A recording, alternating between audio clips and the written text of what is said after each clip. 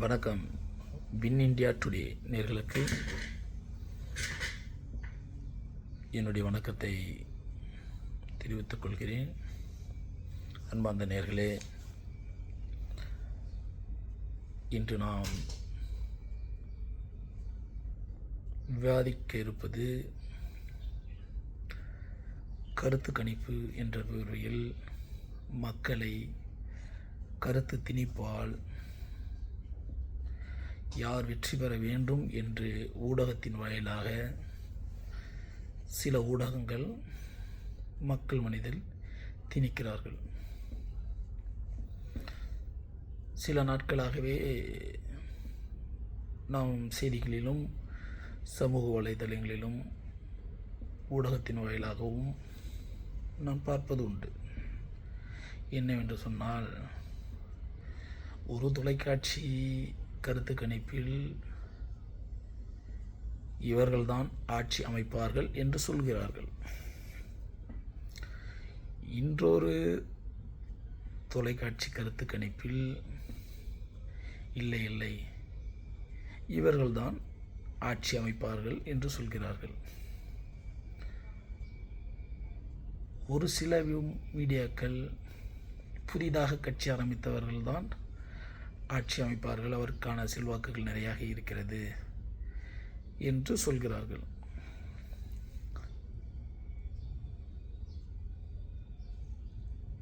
ஒரு சில பேர் நாங்கள் தனித்து நிற்கிறோம், நாங்கள் தான் ஆட்சி அமைப்போம், மக்கள் எங்களுக்குத்தான் வாக்களிப்பார்கள் என்று அவர்களை ஒரு சில ஊடகங்கள் தூக்கி பிடிக்கின்றது. ஓகே, நன்றி, வாழ்த்துக்கள், இருக்கட்டும், யார் வேணாலும் ஆட்சி அமைக்கட்டும். அதை உங்களிடத்தில் நான் விற்று விடுகிறேன். இவர்கள் கருத்து கணிப்பை எந்த அடிப்படையில் எடுக்கிறார்கள் சொல்லுங்கள்.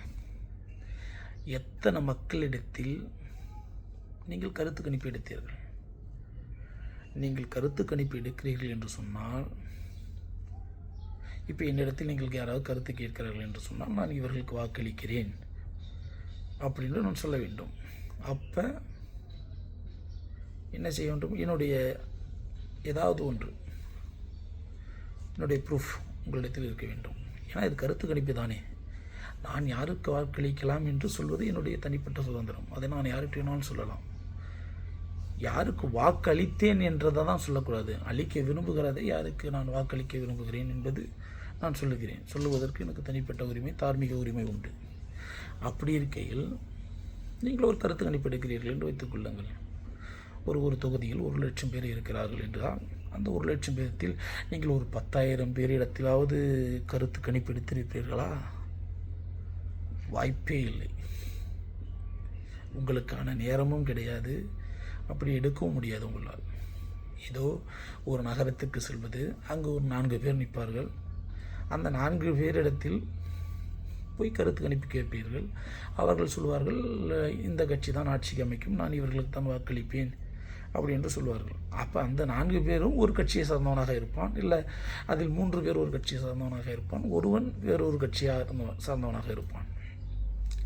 அப்போ அந்த கருத்தை கொண்டு வந்து நீங்கள் மக்கள் மனதில் கருத்து திணிப்பை ஏன் விதைக்கிறீர்கள்? அப்போ உங்களுடைய நோக்கம் என்ன? சற்று யோசித்து பார்க்க வேண்டும். எதற்கு பொய்யான செய்திகளை பரப்புகிறீர்கள்? யார் ஆட்சிக்கு வர வேண்டும் என்று நீங்கள் இப்படி தீர்மானிக்கிறீர்கள்?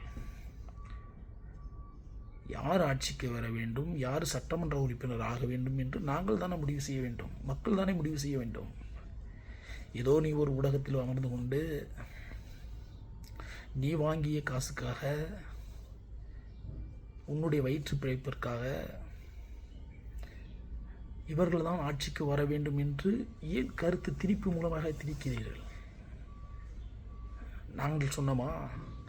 மக்கள் சொன்னார்களா நாங்கள் இவர்களுக்கு தான் வாக்களிக்கப் போகிறோம், இவர்கள் தான் ஆட்சி அமைக்கப் போகிறார்கள் என்று? இல்லை ஏதாவது வேட்பாளருக்கான தகுதி தேர்வில் அவர்கள் ஏதாவது வென்றிருக்கிறார்களா? சொல்ல முடியுமா?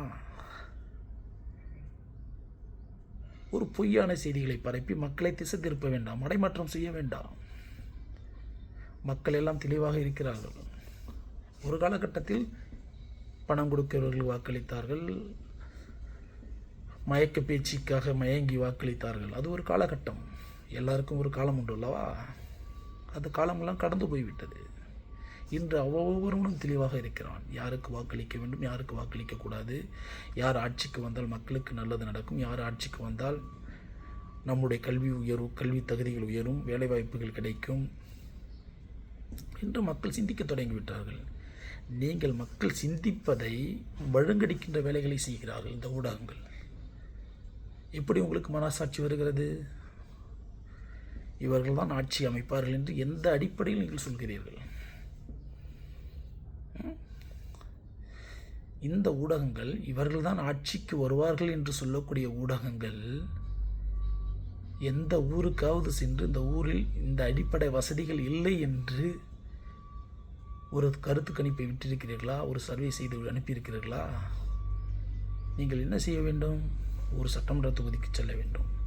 அந்த சட்டமன்ற தேர்தலில், முன்பு நடந்த சட்டமன்ற தேர்தலில் இந்த 5 ஆண்டுகளில் அந்த தொகுதியில் என்னென்ன நல்ல காரியங்கள் நல்லது நடந்திருக்கிறது, எதெல்லாம் ரோடு சரி செய்யப்பட்டிருக்கிறதா, குழாய்கள் சரி செய்யப்பட்டிருக்கிறதா, மக்களுடைய அடிப்படை வசதிகள் பூர்த்தி செய்யப்பட்டிருக்கிறதா என்று நீங்கள் ஒரு சர்வே செய்ய வேண்டும்.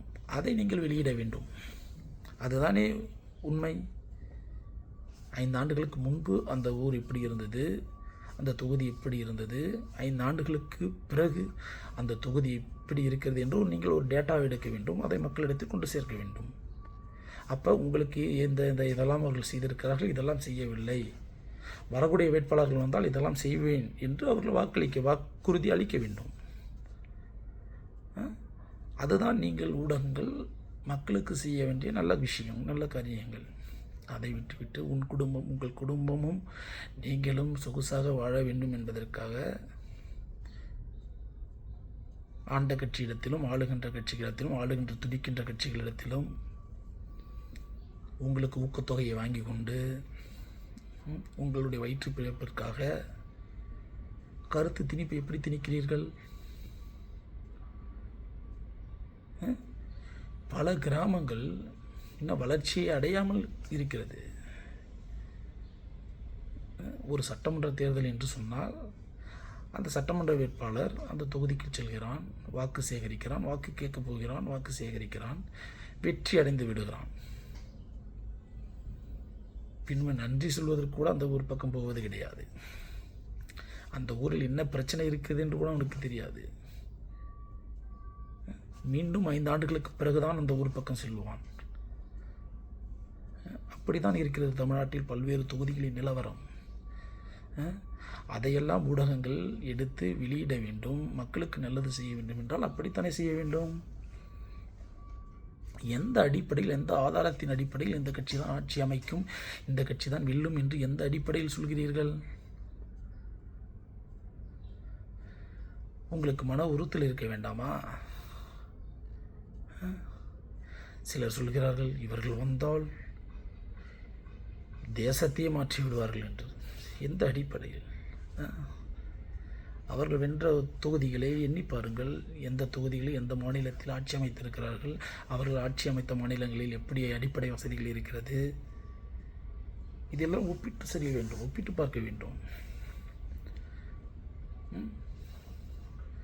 மனதில் நீங்கள் ஒருவரை வைத்துக்கொண்டு அவரை ஆட்சி அமைப்பதற்காக, ஆட்சி அதிகாரத்தில் கொண்டு வருவதற்காக, நீங்கள் நினைக்கின்ற காரியங்கள் நடப்பதற்காக பல்வேறு கருத்து திணிப்புகளை திணிக்கிறீர்கள். இதுதான் உண்மை. ஆகவே காலம் மாறிவிட்டது. மக்கள் எல்லாம் சிந்திக்க ஆரம்பித்து விட்டார்கள். அப்புறம் இன்னொன்று, ஆண்ட கட்சிகள், ஆளுகுட கட்சிகள் சிறு சிறு கட்சிகளை மதிப்பதே கிடையாது.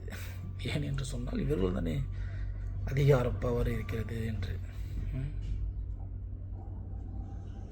சிறு துளி பெருவெள்ளம் என்பது ஒரு பழமொழி. இடத்தினைக்குமே ஒரு குடத்தை வைத்தால் தண்ணி நிரம்பி விழுந்து விடாது. ஒரு துளிகளாக சேர்ந்தால்தான் அது குளமாக மாறும். அப்படித்தான் அது மாதிரி கூட்டணி கட்சிகளுக்கு தொகுதி பங்கிடுவது அவர்கள் மனம் கோணாதபடி இருக்க வேண்டும். சுயேட்சை வேட்பாளர்கள் நிறையாக தேர்வு செய்யப்பட வேண்டும். கூட்டாட்சி எது கூட்டாட்சி? கூட்டணி அமைத்து ஆட்சி அமைப்பது கூட்டாட்சி கிடையாது. சுயேட்சை வேட்பாளர்களும் அந்த ஆட்சி அதிகாரத்தில் பங்கு பெற வேண்டும். சுயேட்சையாக நிற்பவர்களுக்கு நாம் வாக்களிக்க வேண்டும். சுயேட்சை எம்எல்ஏக்கள் சட்டமன்றத்துக்கு செல்ல வேண்டும். அப்பொழுதுதான் பல்வேறு கேள்விகள் எழுப்பப்படும், அவர்களுக்கு ஒரு அதிகாரம் கிடைக்கும். அப்போதுதான் ஆளுகின்ற கட்சிகள் பயப்படுவார்கள். இந்த காரியங்களை செய்ய வேண்டும். மக்கள் பிரச்சனைகளை பற்றி தெளிவாக பேசக்கூடிய வல்லமை படைத்தவர்கள் சுயேட்சை வேட்பாளர்கள். நீங்கள் கூட்டணி கட்சிகளுக்கும் பெரிய கட்சிகளும் வாக்களித்து வெற்றி பெற செய்தீர்கள் என்று சொன்னால் அவர்களுக்கு என்ன செய்ய விடும்? தான் போக்குத்தனமாக நடந்து கொள்வார்கள். நாம் செய்வதுதான் சரி என்று ஆட்சி அமைப்பார்கள். அவர்கள் யாருக்கும் பயப்பட மாட்டார்கள், மக்களுக்கு பயப்பட மாட்டார்கள். உங்களுக்கு 5 வருடங்களுக்கு பிறகு உங்களுக்கு என்ன செய்ய வேண்டுமோ அவர்களுக்கு தெரியாது. வருவார்கள், அன்றைக்கு என்ன உங்களுக்கு பேச வேண்டுமோ பேசி மக்களை மயக்கி ஆசை வார்த்தைகளை கூறி நான் இது செய்கிறேன் அதை செய்கிறேன் அள்ளி விடுவார்கள். அதை நம்பி நாம் என்ன செய்கிறோம்? வாக்களித்து விடுகிறோம். மீண்டும் 5 ஆண்டுகளுக்கு பிறகு அவர்கள் நம்ம இடத்தில் வருவார்கள். இப்படித்தான் ஒவ்வொரு தேர்தலும் கடந்து போகிறது. இதைத்தான் கருத்து கணிப்பின்ற பேர்களில் சில ஊடகங்கள் திணிக்கிறார்கள்.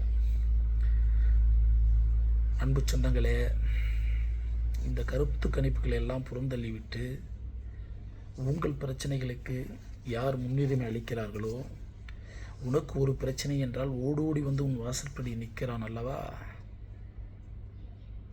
அவன்தான் உன் தோழன், அவன்தான் உன் சட்டமன்ற உறுப்பினர், அவன்தான் உன்னுடைய பிரச்சனை என்ன என்று தெரியும். இங்கு வெற்றி பெறுவான், சென்னையில் அமர்ந்து கொள்வான். அவனுக்கு என்ன தெரியும் உன்னுடைய பிரச்சனை? நீ தொலைபேசியில் தொடர்பு கொண்டாலும் உன்னை அழைப்பு எடுக்க மாட்டான். அவனுக்கு இங்கே வாக்களித்து சட்டமன்ற உறுப்பினராக்கி அவனுடைய குடும்பமும் அவனுடைய இதுவும் சொகுசாக வாழ்வதற்கு நீங்கள் வாய்ப்பளித்து விடாதீர்கள். சிந்தித்து செயல்படுவீர்கள். இந்த கருத்து கணிப்பின்ற பேரில் கருத்து திணிப்பை புறந்தள்ளுவோம். உங்களுடைய சிந்தனைக்கு விட்டு விடுகிறேன். யோசித்து வாக்களியுங்கள். நன்றி, வணக்கம்.